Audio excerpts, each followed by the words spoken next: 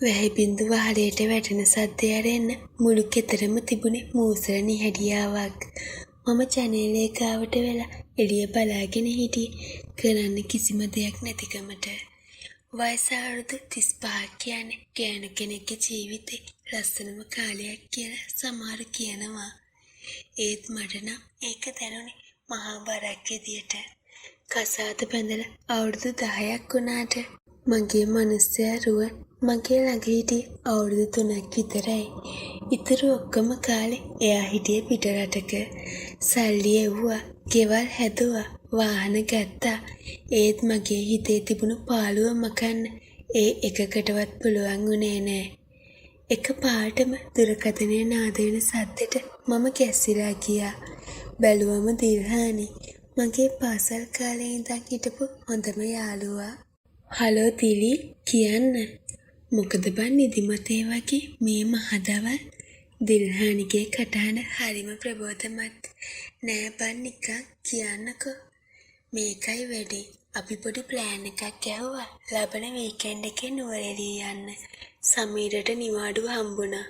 මම කිව්වා උඹවයි චූටි දුවවයි එක්කන් යමු කියලා. ඒ චූටි දුව අම්මලගේ දිහා නේද? ඔව් බා අම්මලයාව ඉල්ලගත්ත පෙරේද. දැන් මම තනියම. ෂෝක්නේ. එහෙනම් ලෑස්ති වෙයන්. අපි තුන්දෙනාම යමු. උඹටත් ගෙදරටම වෙලා පිස්සු හැදීගෙන නේද ඉන්නේ. මම පොඩ්ඩක් පසුබෑවා. අඹුසැමි යුවලක් මැද්දට මම ගිහින් මොනවා කරන්නද? ඒක යාළගේ නිදහසට බාධාවක් නේද? අනේ මන්දප උඹලගේ පාඩුවේ යන්න තිබ්බ ගමනනේ. මම ආවම උඹලට නිදහසක් නෑ. පිස්සුද යෝධී? සමීරමයි කිව්වේ උඹවත් එක්කන් යමු කියලා. රුවනුත් නෑනේ. උඹ පවුනේ බන් තනියම. අනික අපිට උඹ වදයක්ද? අපි සිකුරාදා හවස එනවා උඹව ගන්න. ලෑස්ති වෙලා හිටපන්. බැහැ කියන්න එපා හොඳේ. දිල්හානි මට උත්තරයක් දෙන්නවත් ඉඩ නොතිය ෆෝන් එක තිබ්බා. හිතට පොඩි චකිතයක් ආවත් මේ ගෙදර පිටි අතරට මැදලා ඉන්නවට වඩා දවස් දෙකක හරි එළියට යන එක හොඳයි කියලා මට හිතුණා. සිකුරාදා හවස සමීරයි දිල්හානි එද්දි මම ලෑස්ති වෙලා හිටියේ. සමීර මාව දැකපු ගමන් hina වුණා. මිනිහා හරිම විනෝදකාමී මිනිසෙක්. රුවන් වගේ නෙවෙයි ජීවිතේ විඳින જાතියේ කෙනෙක්. නගින මැඩම්. සමීර මගේ බෑග් එක ඩිකියට දාන ගමන් කිව්වා. කාර් එකේ ඉස්සරහා සීට් එකේ දිල්හානි හිටපු නිසා මම පස්සෙන් වාඩි වුණා. ගමන පටන් ගත්ත වෙලේ ඉඳන් කාර් එකේ තිබුණේ hinaවයි සතුටයි විතරයි. පරණ ඉස්කෝලේ කාලේ විස්තර. අපේ පිස්සු වැඩ ගැන කතා කර අපි හුඟක් hina වුණා.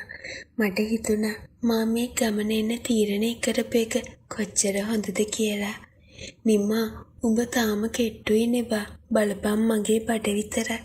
දිල්හානි කන්නඩියෙන් මන් දිහා බලලා කිව්වා. අපෝ ඔයා නම් දැන් ගානට ඉන්නවා. අපේ මේ නෝනා මහත්තයා තමයි කාලා මහත් වෙන්නේ. සමීර කට කොනකින් hina වෙවි කන්නඩියෙන් මන් දිහා බැලුවා. ඒ බැල්මේ තිබුණු අමුතු කාන්තිමත් බව මගේ ඇඟ හිරිවැට්ටුවා. ඒක සාමාන්‍ය බැල්මක්ද නැත්නම් වෙන අදහසක් තිබුණද කියලා මට තේරුණේ නෑ. අපි නුවරඑළියට යද්දි රෑ වෙලා බුක් කරලා තිබුණු බංගලාව තිබුණේ ටිකක් පාළු. හැබැයි හරිම ලස්සන තැනක. මීදුම ගලන කඳු පෙළියක් ඉස්සරහා තමයි ඒක තිබුණේ. හීතල දරා ගන්න බැරි තරම් අපි කීකමාම කළේ ඇඟ හොදගෙන රෑ කෑමට ලෑස්ති වුණ එක. බංගලාවේ සාලේ හරිම උණුසුම්. ගිනි මැලයක් ගහලා තිබුණා. සමීර වයින් බෝතලයක් කැරියා. අද නම් රෑ එළි වෙනකම් කතා කර ඉන්න ඕනේ. දිලි ඔයාට පුළුවන්ද? සමීර ඇහුවා. මට නම් බෑ අනේ. මට තැම්ම නිදිමතයි. ඔයාලා ඕන නම් බොන්න. මම පොඩ්ඩක් ඉඳලා යනවා. දිල්හානි කිව්වේ ඈනුමක් අරින ගමන්. අපි තුන්දෙනා වට වෙලා වාඩි වුණා. මම වැඩිය බොන කෙනෙක් නෙවෙයි. ඒත් මේ හීතරට වයින් ඉදිරිය බොන එකේ වරදක් නෑ කියලා හිතුණා. රුවන් හිටියනම් මේ වෙලාවට කොච්චර ලස්සනද කියලා මට හිතුණා. ඒත් එයා හිටියේ සතපුන් දහස් ගාණක් ඈත. වයින් වීදුරු දෙකක් විතර බොද්දි මගේ ඔළුව ටිකක් බර වේගෙන ආවා. දිල්හානින වීදුරුවක් පීපු ගමම වගේ සෝෆා එකේ හාන්සි වුණා. මේකිගේ හැටි ඔහොමමයි. ට්‍රිප් එකක් ආවත් නිදා ගන්නමයි බලන්නේ. සමීර hina වෙලා කිව්වා. පව්වනේ එයාට මහන්සි ඇති මම කිව්වා. සමීර තව වීදුරුවක් මට වත් කළා. නිමා උඹට පාළු නැද්ද බං රුවන් නැතුව අවුරුදු ගානක් තිස්සේ ඔහොම ඉන්න පුළුවන්ද? සමීරගේ ප්‍රශ්නේ මගේ හිතේ යටපත් කරන් හිටපු වේදනාව ආපහු ඇවිස්සුවා. මම බිම් බලා කැත්තා. මොනවා කරන්නද සමීර? ජීවිතේ හැටි ඔහොම තමයි. අපිට ඕන දේවල් අපිට ලැබෙන්නේ නෑනේ. ඒක නම් ඇත්ත. ඒත් උඹ වගේ ලස්සන කෑනු කෙනෙක් තනියම ඉන්න එක අපරාධයක්. සමීරගේ කටහඬ දැන් ටිකක් වෙනස්. එයාගේ ඇස තිබුණේ අමුතුම බැල්මක් වගේ මට දැනුණා. මම කැස්සිලා ගියා. මම හිතන්නේ දැන් අපි නිදාගමු. දිලීටත් හොඳටම නිින්ද ගියේ. මම කතා මගහරින්න හැදුවා. සමීර දිල්හානිව ඇහැරවලා කාමරයට එක්කන් ගියා. good night නිමා. මම මගේ කාමරයට ඇවිත් දොර වහගත්තා. කාමරේ හරිම සීතලයි. මම හීටරේ දාගත්තත් ඒ සීතල ඇටකටු පසාරු කරගෙන යනවා වගේ දැනුණා. මම ඇඳට වෙලා පොරව ගත්තා. නිින්ද යන්නේ නෑ. හිතට අමුතු හැඟීම් ගොඩාක් එනවා. සමීර මන් දිහා බලපු විදිහ එයා කියපු දේවල් මගේ හිතේ හොල්මන් කළා. අවුරුදු ගානක් පිරිමි පාසක් නැතුව හිටපු මගේ ඇඟ ඒ වචන වලින් පවා ඇවිස්සලා තිබුණේ. පැයක් විතර යන්නේ නැති මුළු බංගලාවම මීයට පිම්බ වගේ නිහඬයි. එක පාටම මගේ කාමරේ දොරට කවුරු හරි තට්ටු කරනවා ඇහුණා.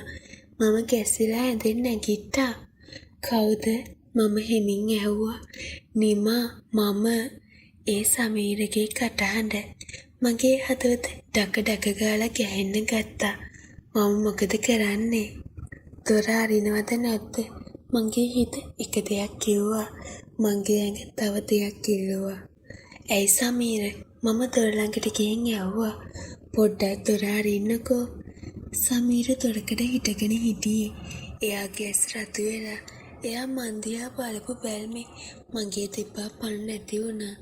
එයා එක පාටම කාමරේ ඇතුළට ඇවිත් දොර වැහුවා. සමීර මොකද මේ? දිල්හානි මම කත ගැව්වා. එයාට හොඳටම නිින්ද ගිහින් නිමා. එයාට ඇහැරෙන්නේ නෑ. සමීර මගේ ළඟට ආවා. එයාගේ හුස්ම මගේ මූණට වැදුනා. වයින් ගඳයි පිරිමි සුවඳයි එකට මුසු වෙලා මාව මත් කළා. මේක වැරදි. සමීර අපි මොකුත් කියන්න එපා. මම දන්නවා උඹත් ඉන්නේ අමාරුවෙන් කියලා. මට උඹව දැකිද්දි ඉවසන්න බෑ නිමා. එයා මගේ ඉනවටේ අත දාලා මාව එයාගේ ඇඟට තද කරගත්තා. අවුරුදු ගානකට පස්සේ පිරිමියෙක්ගේ දැනෙද්දි මගේ ඇඟේ තිබුණු ප්‍රතිරෝධය දිය වෙලා ගියා. සමීර මගේ කටේ පිට වුණේ කෙඳිරිල්ලක් විතරයි. එයා මාව ඇඳට තල්ලු කරා නෙවෙයි. මම ඉබේම ඇඳට වැටුණා. එයා එද්දි මම දැස් පියාගත්තා. සීතල නුවරඑළිය රැය උණුසුම් වෙන්න පටන් ගත්තා. දිල්හානි අල්ලපු කාමරේ නිදාගෙන ඉද්දි එයාගේ සැමියා මගේ ඇඳේ හිටියා. මා මගේ හොඳම යාළුවට ද්‍රෝහි වුණා කියලා හිත යටින් කෑ ගැහුවා. මගේ ශරීරේ ඒ වෙලාවේ ඉල්ලුවේ ඒ පාස විතරයි. අපි දෙන්න අතරේ සිද්ධ වුණු දේවල් හරිම වේගවත්. ඒත් ඒ හැම තප්පරයක්ම මගේ මතකේ රැඳුණා. අවුරුදු ගණනක තනිකම පාළුව වේදනාව ඒ මොහොතේ පිට වුණේ සුසුම්සා කෙඳිරිලි හරහා. සමීර මාව ආක්‍රමණය කරද්දි මම එයාව වැඳගත්තේ පිස්සුවෙන් වගේ. ඒක ආදරයක් නෙවෙයි. ඒක හුදෙක් ශාරීරික අවශ්‍යතාවයක් සහ තනිකම මකා ගැනීමක් විතරයි. ටික වෙලාවකට පස්සේ හැමදේම නිහඬ වුණා. සමීර මගේ පපුවට ඔළුව තියාගෙන හදි අරිමින් හිටියා. මම සිවිලිම දිහා බලාගෙන හිටියේ හිස් බැල්මෙන්. දැන් තමයි මගේ සිහිය ආපහු හරියට වැඩ කරන්න ගත්තේ. ලොකු බරක් හිතට දැනුණා. මම මේ කළේ මොකක්ද? මගේ හොඳම යාළුවගේ මිනිස්සයා එක්ක. නිමා. සමීර ඔළුව උස්සලා මන් දිහා බැලුවා. තරහද? මම මොකුත් කිව්වේ නෑ. කියන්න දෙයක් මට තිබුණේ නෑ. බය වෙන්න එපා. මේක අපි දෙන්න අතර විතරයි. දිලී දැනගන්නේ නෑ. එයා ඇඳෙන් බැහැලා ඇඳුම් හදාගත්තා. මම යනවා. Good night. සමීර කාමරෙන් එළියට ගිහින් දොර වහගත්තා. ආපහු කාමරේ සීතල වුණා. මම රෙද්ද පොරවගෙන කුලි වුණා. ඇස් දෙකෙන් කඳුළු ගලාගෙන ගියා. ඒ කඳුළු දුකටද පසුතැවීමටද නැත්නම් සතුටටද කියලා මට තේරුම් ගන්න බැරි වුණා. හෙට උදේ දිල්හාන්ගේ මූණ බලන්නේ කොහොමද කියන ප්‍රශ්නේ මගේ හිතට වද දුන්නා. ඒත් ඒ එක්කම අවුරුදු ගානකට පස්සේ මිනිස්සෙක්ගේ උණුසුම විඳපු සතුටත් හිතේ කොනක හැංගිලා තිබුණා. මට නිින්ද ගියේ නෑ. එළියේ හොලක ගස් අලවන සද්දේ මට ඇහුනේ මගේ හෘද සාක්ෂිය මට කරන චෝදනා වගේ. කොහොම වුණත් සිද්ධ වෙන්න ඕන දේ සිද්ධ වෙලා ඉවරයි. ජීවිතේ සමහර වෙලාවට අපි නොහිතන තැන්වලට අපිව අරගෙන යනවා. මේකත් ඒ වගේ නවාතැන් පොලක් විතරයි කියලා හිත හදාගන්න මම උත්සාහ කළා.